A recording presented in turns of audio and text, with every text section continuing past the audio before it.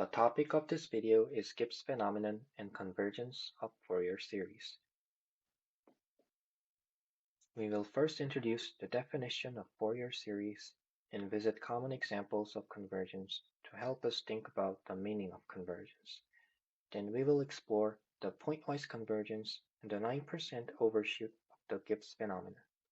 We will end this video by visiting different types of convergence. Here is the generalized form of Fourier series. For the interval x equals -L to L, a function fx can be represented as infinite sums of coefficient times sine or cosine function. This can also be represented as a limit of a finite sum where the number of sequences approach infinity. So, can we say that the Fourier series converges to the function fx as the capital N increases? Before answering this question, let's think about what it means by the word convergence by visiting common examples of converging sequences. First, here is a convergence of a number sequence. We can see that the function of 1 over n converges to 0 as the number n increases. Another case of convergence is a convergence of a function sequence. This is an example of a Fourier series converging to a function f equals x as n increases. We can see that the series beautifully converges to f equals x at each x. Can there be another case of convergence? For example, can there be a case where a series converges at certain domain but diverge at another domain? Here we have a piecewise smooth function fx with two jump discontinuities at pi over 2 and pi. The Fourier series of this function with L equals 1.5 pi is represented in a yellow line. At the x values where the fx is continuous, we can observe that the Fourier series converges to fx as n increases. However, at the two jumps, the Fourier series do not converge and rather shows sudden overshoot. This phenomenon is called Gibbs phenomenon. Let's take a closer look at this Fourier series.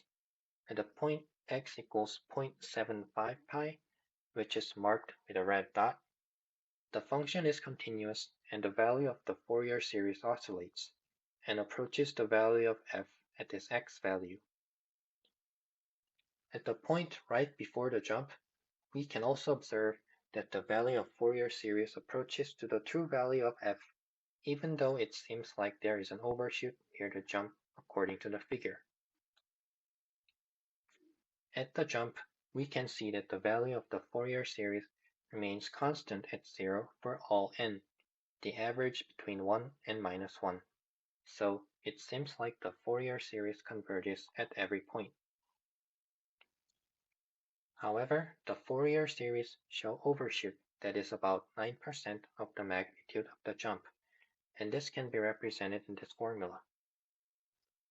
The derivation of this limit will be discussed in class. On the figure, since the magnitude of the second jump is twice as larger than that at the first jump, the overshoot at the second jump is twice as larger than that at the first jump. So in the previous slide, we saw that there is a pointwise convergence, but there is also this overshoot at the jumps. This contradiction is what we want you to think about more deeply. Lastly, here are several types of convergence that we can use to scale the difference between the Fourier series and the function f. First one is the pointwise convergence, as we have already discussed. Second one is the maximal convergence, where the maximum difference between the Fourier series and the function f is used to define the error, since all the errors along x will be uniformly bound to the maximum error. Third one is the root mean square convergence, where the error decreases in a root mean square manner as the n term increases. We will revisit the root mean square error later in the course when we discuss the approximation properties.